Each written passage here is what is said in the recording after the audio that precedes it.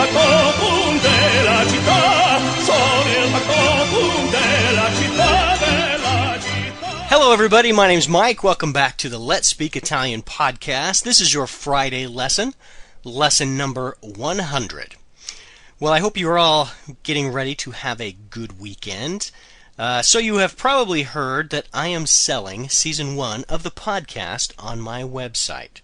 Now, just in case you just woke up from a 10-month nap, you'll want to go to www.letspeakitalian.net, where you can download the first 50 lessons and the first 10 review lessons.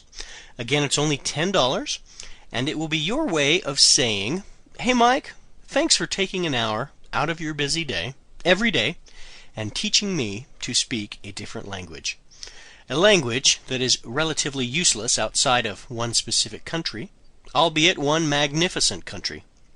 Italy is one of a kind, and my wish to you is that you all will get to visit it someday, if you haven't been fortunate enough as of yet to see the land of ancient Rome, the Tower of Pisa, the aquatic streets of Venice, and of course to partake of the best food on earth.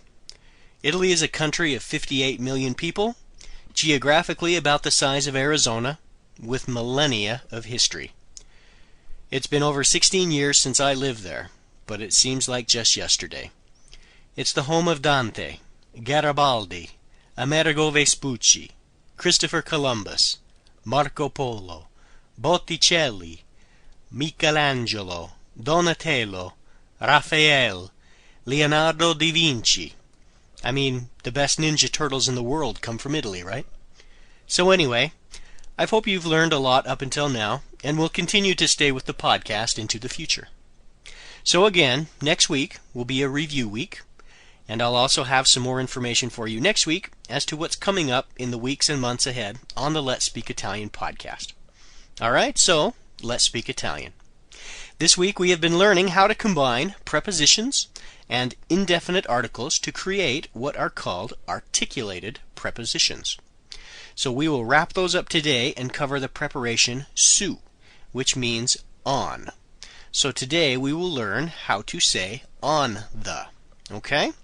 So when you take the word su and the word il and combine them, you get sul. So for example, il ragazzo dorme sul letto. That means the boy sleeps on the bed. Now because bed is singular and masculine, it's sul. So if you're going to say the bed, that would be il letto. But on the bed is sul letto. Okay? Il ragazzo dorme sul letto. If you take the word su and combine it with lo, you get sulo. So, for example, che cosa è sullo spazzolino? That means, what is on the toothbrush? Che cosa è sullo spazzolino? Now, because spazzolino means toothbrush, because it's singular and it begins with an SP, we're going to use sulo. Where if it was the toothbrush, it would be lo spazzolino. But on the toothbrush is sullo spazzolino. Okay? Now if you take su and combine it with L apostrophe, you get sul, which is with two L's and an apostrophe. So for example, gli uccelli sono sull'albero. That means the birds are on the tree. Now tree is a word that starts with a vowel, so we're going to use sul.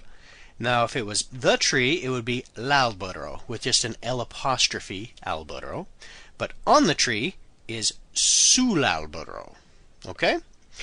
Now if you were to take su, which means on, and e, which means the, and e comes before masculine words that are plural, you would get sui.